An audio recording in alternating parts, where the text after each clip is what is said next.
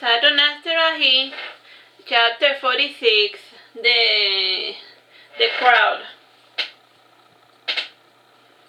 When we got within earshot, we caught the middle of Jotun's strange narration, and he said, "So there I was in the middle of the forest when a giant werewolf showed up, and naturally I ran away, but he was chasing after me, and I tried to climb a tree, but I was slapped by a tree girl, and to keep the wolf away I left my cash, and that is why I came here screaming."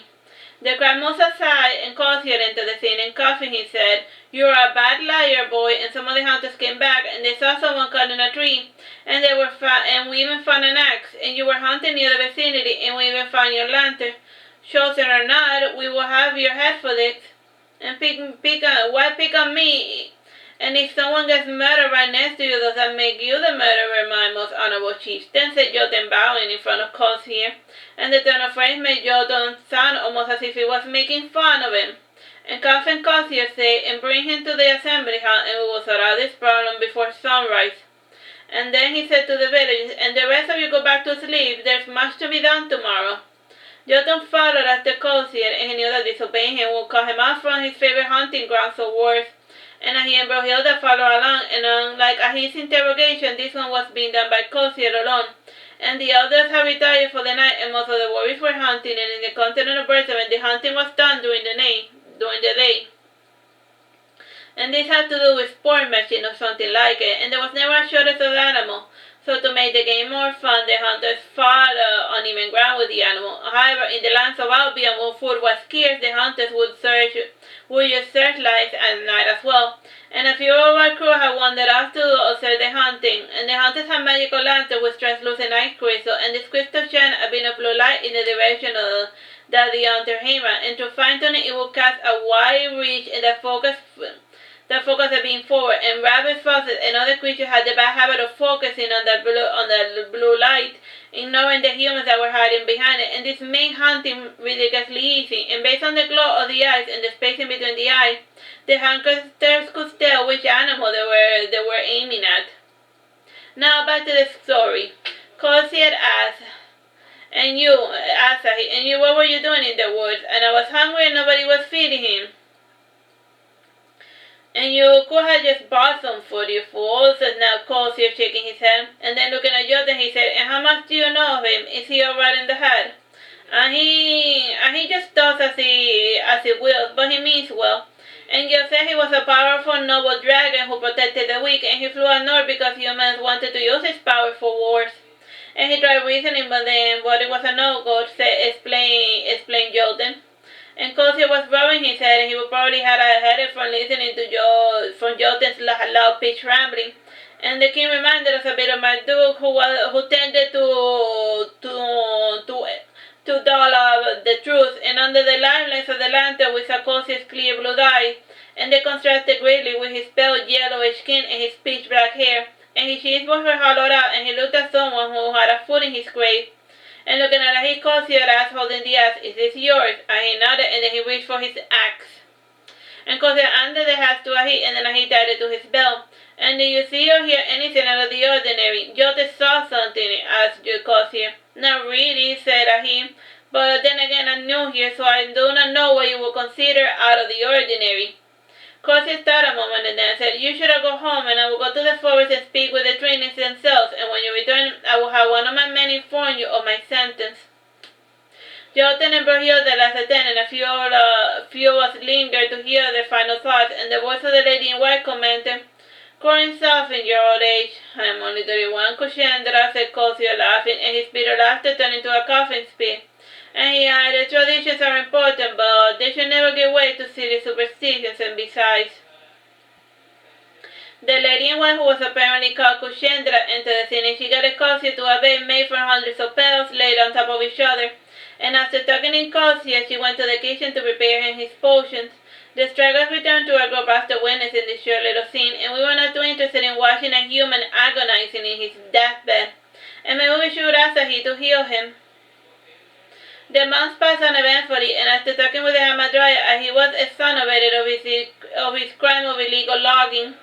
And to prevent future problems, he was given a logging license, and very few people had logging licenses in the village, and it was in part due to the Hamadryas' presence, and they tended to get rather nasty whenever a human accidentally axed them in the face. And Mulder had spent most of his time hibernating, and he only woke up to eat whatever scratch bone he could find. And as it happened, the full-grown silver dragons spend their winter hibernating, and those that spend the hibernate usually had critters to look after them, and they just spent the winter months learning how to hunt in the forest and learning to trade with humans, and they were not allowed back home without bringing something to eat for their dormant parents. As it happened, silver dragons took 60 years to be half their parents' size, and it would also take them twice as long to reach adulthood. And those that developed in the south grew three times as fast, but were 10 times weaker than the silver dragons who lived in the north. And to ensure the health of the community, the silver dragons reared the young in their ancestral home.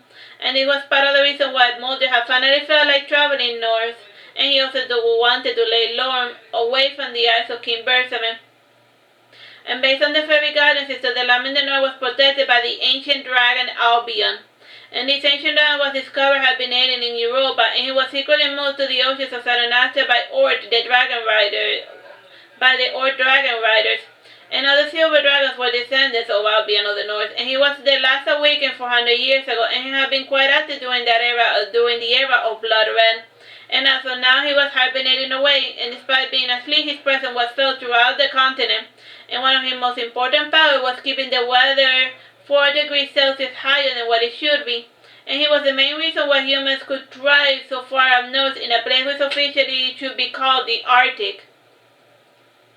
And ironically, his magic created a natural iceberg throughout the continent, and this iceberg served as home for the silver dragons. And during the summer months, there was always an unnatural explosion of plant life, and even during the winter, there was plenty of fast-growing grass for grazers to feed on. And Albia's presence was the sole reason that most people survived the harsh winters. And aside from the occasional mild weather, Albion had a magic shield cast over the continent, and this shield prevented people from teleporting in and out of the continent. So even magical dragons like silver dragons had to travel up north the old-fashioned way, and the shield had not always been there, and rather it was a precaution to slow down Bersamin's northern expansionism. And today Brunhilde and he were visiting a nearby village called Torfti, and the village was just half a kilometer inland, and was in a small clearing in the forest near the lake. And even though it was technically spring, the lake was frozen. It was still not warm enough for the ice to melt, though it was thin in many places. Mulder was not awake yet, since he's kind of hibernating until summertime sometime. And this winter time, all of the silver dragons had gone up north. There were even rumors of Alabaster showing up in Silver Dragon territory, and they were one of the few dragons, aside from silver ones, who were stout enough to survive the flight to the north. And one of such dragons happened to be near the land of Torftir, and a hidden Brunhilde had traveled there to gently encourage the beast to leave or to move to an iceberg, or an uninhabited island, or a mountain cave. And full-grown alabaster dragons came in 2 colors. The females were pearly white, like alabaster, and the male ones were dark brown, except for the belly, which was the same color as their female equivalent. And the male dragons were aggressive solitary creatures and very territorial, and they usually share the territory with a single female in her brood, and like the noble tiger, the alabaster spears live away from each other. And despite the solitary nature, alabaster dragons were among the dragon kinds with linguistic skills, and they were highly intelligent and occasionally magical. And at this moment, he and Brunhilde were conversing with the elder of the village, and then, while they spoke, the elder was guiding them to a place that they had seen the alabaster dragon. The temperature in the forest was still low, but not low enough to require Arctic gear, and he and Brunhilde were thus wearing light pelts made of deer leather. And the elder said to Ahi, "A fortnight ago, a hunter heard a strange roar in the sky, and it was unusual since the pale dragons are mild mannered, and then the hunters started disappearing one by one." And then pointing to the trees, we noticed that the thickest had 3-finger claw marks, and alabaster dragons only had 3 fingers and no opposable thumbs. And they only took the time to mark their territory as thus whenever human intrusion became too much of a nuisance for them. And then the elder said, "This marks the start of the newly acquired territory he stole from us, and we wouldn't mind sharing our hunting if he had been asked, but killing our hunters without provocation is unforgivable." How can you be certain that they are dead, or if they were not killed by wolves? Asked he, folding his arms. It is a possibility, said the other, scratching his head. Still, we had no way of knowing, and none of our remaining hunters are foolhardy enough to look for the others, and there is a gap because they're not keen on getting attacked themselves. And has anyone seen what kind of dragon it is? Asked he, pointing to both his eyes. And we have seen it flying overhead from time to time, and lately it circles around our home once a day, and we are fearing that it's going to attack at any minute, said the elder, shivering. And as he pointed to Brunhilde, said, she wants to know how many people have gone missing, said he, pointing to Brunhilde. About 17, including my granddaughter and her father, and the berries have pickled early this spring, and my son had taken her to pick some. And he says water, and then he said, it has been 11 days, and they have not been found yet. And if you are searching, if you find anything belonging to them, bring it home so that I may give them a proper burial. He gave a martial salute and said, come in, you can count on me, sir, I will find them, dead or alive. Hopefully alive. He and Brunhilde started walking towards the forest, and when the others thought that they could not see, a strange smile appeared on his lips for a second. And Brunhilde too had seemed worried, and folding in her arms, she pointed at the other, and as he nodded in response, and he folded his arms and started looking up left and right. And he did this whenever he was thinking or daydreaming, and unlike most folks, he did not need to close his eyes to find his way around, and he instinctively avoided branches and the thorny shrubs that most humans failed to see even when they were actually paying attention. And after an hour walking in the forest, a thought materialized. He stopped in the section of the forest, and he dug in the light snow to reveal a vertebrate. And after smelling it a little, he shrugged his shoulders and handed the human vertebrate to Brunhilde. She put it in her small sack for later consumption, and based on a recent observation, the area was crawling with gray wolves. And the pack had moved recently to the area, and the hunter in the area used black wolf fur for clothing, and they were known to periodically exterminate entire wolf packs to monopolize the meat supply in the forest. And the last wolf pack had been slain some 7 years ago, so they were a bit out of practice. And the new wolf pack had a high degree of habituation, and this meant that they were not afraid of humans or even fire. So their old wolf hunting tactics were not working on them, and right on cue, Brunhilde and he heard growling of a grey wolf. And since the wolf's attack was a feint, she limited herself to biting their clothes. The wolf limited themselves to biting their cloaks and their legs. Brunhilde eventually punched the wolf mother in the mouth, and the wolf fled whimpering. Ahu shook his head and said, she was just playing. There was no need for you to be so aggressive with her. And ignoring him, Brunhilde pointed to a large hole in the ground, and the hole had been previously covered by tree roots and permafrost, and based on the entrance, the dragon was probably a young adult or a crossbreed. And he picked a belly scale near the entrance, and its color glistened pure white like alabaster, and he climbed down the remaining roots on the wall, and Brunhilde assumed her dragon form and gently glided to the bottom of the cave. And to create light, Brunhilde opened her mouth and created a slight spark in her mouth, and without breathing out the flames, she used her breath as a flashlight.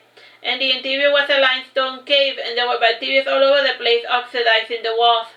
And this gave it a strange red thin color, and the interior somewhat felt warm, and we heard the tinkling of the water deeper into the cave, and as he walked in the direction of the sound, and Brunhilde trotted along, and she chose to maintain her draconic form since most dragons die while in their human form, and the ground was pretty even out, and so were the walls, and it was part of the dragon's method of making a cave livable, and they hold jagged corners and stalagmites in a suit-out dragon habitation well.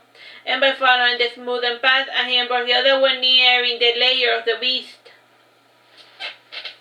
The cave went a few meters deeper, and by now we could hardly see a thing, and the only source of light was the bioluminescent bacteria on the roof and Brunhilde's flame. And the roof glowed like a sea of stars, and it really was one of the nicest dragon dwellings we had ever seen.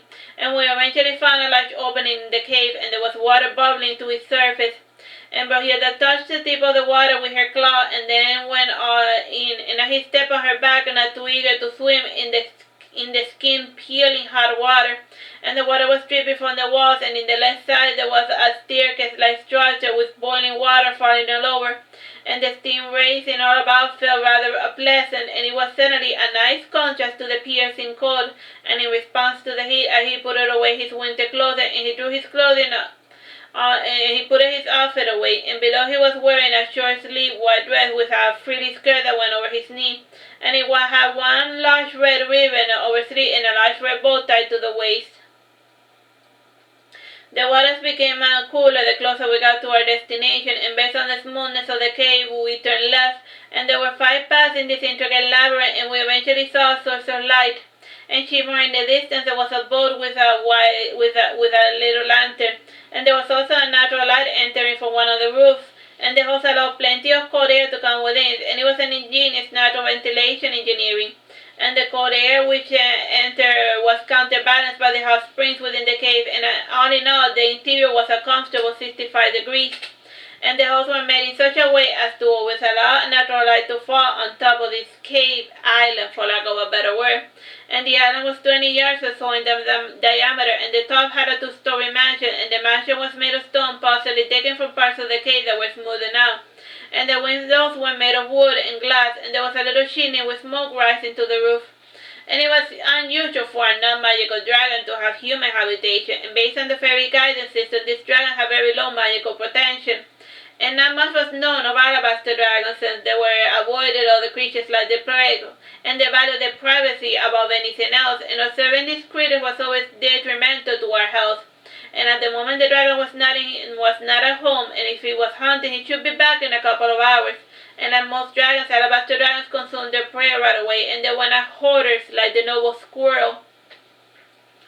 They thrive in areas with an abundance of prey, even in the winter, and the ones in the south had to be serious to force a migration of this otherwise endemic creature. And I and Brunhilde walked up to the house, and there were flowers growing on the ground, and neither the flowers nor the soil was native to this region. And the flowers were violet irises, and they were Arasa's favorite flower, and this continent had its own cosmology, so these flowers did not carry the same meaning that they did in the continent of Bersame. And on the back and surrounding these flowers were patches of lavender flowers, and there were also a few forget-me-nots, and it was a bit too early and a bit unusual to see such flower growing. He and Brunhilde saw one of the curtains shift a little, and the door to the house was open slightly, and he could see a little girl hiding behind the door, and in a trembling voice she asked, "Who are you?" "I am Ahi, and this is Brunhilde, and we came here to see the dragon," explained Ahi. "Why?" asked the girl, and he shrugged his shoulders in response, and beckoning the girl with his left arm, he said, "The townspeople think he ate humans." "Not likely," said the girl, still hiding within. And upon closer inspection, we saw that she was a 17-year-old, and I had taller than Ahi, and she had blue eyes and raven hair, and she was lighter skinned than most folks of the village, possibly from being indoors for so long. And she added, "Clematis doesn't like eating humans. They taste bad, except for nice." Brunhilde wants to know if he has eaten any humans recently, asked Ahi. The girl within thought a moment, and then he said, "No, I don't think so. He tends to ignore humans even when they wander into his territory. He doesn't consider us a significant threat." And there was a roar outside, and the light which entered the cave became clouded for a second, and we saw Clematis' shadow for a brief second, and more apprehended the girl said, "I have answered your questions now. Leave here at once." It's fine, said Ahi, giving the thumbs up. And right on cue, we heard the clawing of the dragon, and he was climbing through the tall walls, and his head became visible, and his mouth was stained with fresh blood, and his armor scales were bronze colored, almost black, and they were metallic. And we said as he started lashing us, and after he flattened us against the ground with his claws, he asked Ahi, "Are these pesky little flies your—" "Yes, Ahi," said Ahi, nodding. Letting us go, we continued our observations, and less suspicious and a bit curious, the dragon descended from the roof, and the light from the outside glistened against his alabaster chest, and his body scales were immaculate pure white, and his mane was also silvery, as well as the horns in his back. And based on their size, we were able to determine that he was an older alabaster dragon, and his wings also looked pretty worn out. And his eyes were the color of burnt charcoal, and Clematis rolled his eyes while he heard us describing his physical perfection. And he was a fine specimen indeed, fully pumped out his sleeve, and he still had spikes which were flattened into thin blades. And alabaster dragon had shorter neck and tail than regular dragon, and it was only twice the head in its length instead of 3. Yawning a little, he asked, lying down on the ground, "And what does the Albion dragons want?" And half of his frame was submerged in the hot spring, and he purred, and we made him growl in content, and Brunhilde sat on her hind legs, and she folded her arms, and he said, "The villagers think you have been killing their hunters." I might have, said Clemati, resting his head on his claw. With his other free hand, he started taking the water and grooming his wings. And what did the humans ever do to you? Dragons do not kill without provocation, said Ahi, taking a step forward. John and Clemati said, I know you, Ahi, and wasn't. And those that know you have a healthy respect for your powers and stupidity. Did the humans put you up to this? Smiling, he said, showing his bloody teeth. Define provocation. No, smiling, the dragon said. Define provocation. One does not live as long as I have by picking fight, and some of my cousins here traveled up north before, and I am somewhat familiar with how things run here. So you did murder the humans, said Ahi, raising his voice. I did kill one of the humans recently, but what of it, said Clemati disdainfully. And then he added, and they did provoke my ire. As for the rest, well, you have seen the wolves, and quite the audacious pack they have in the forest, and they even had the nerve to attack me, declared Clematis. I agree, said Ahi, and those wolves were not acting normal. Well, it's not my problem, said Clematis. Go tell the descendants of Albion what you have seen and heard. And just know that I do not plan on moving out of this cave. I am rather comfortable here. Alright, so that's the end of that chapter. Bye-bye and God bless.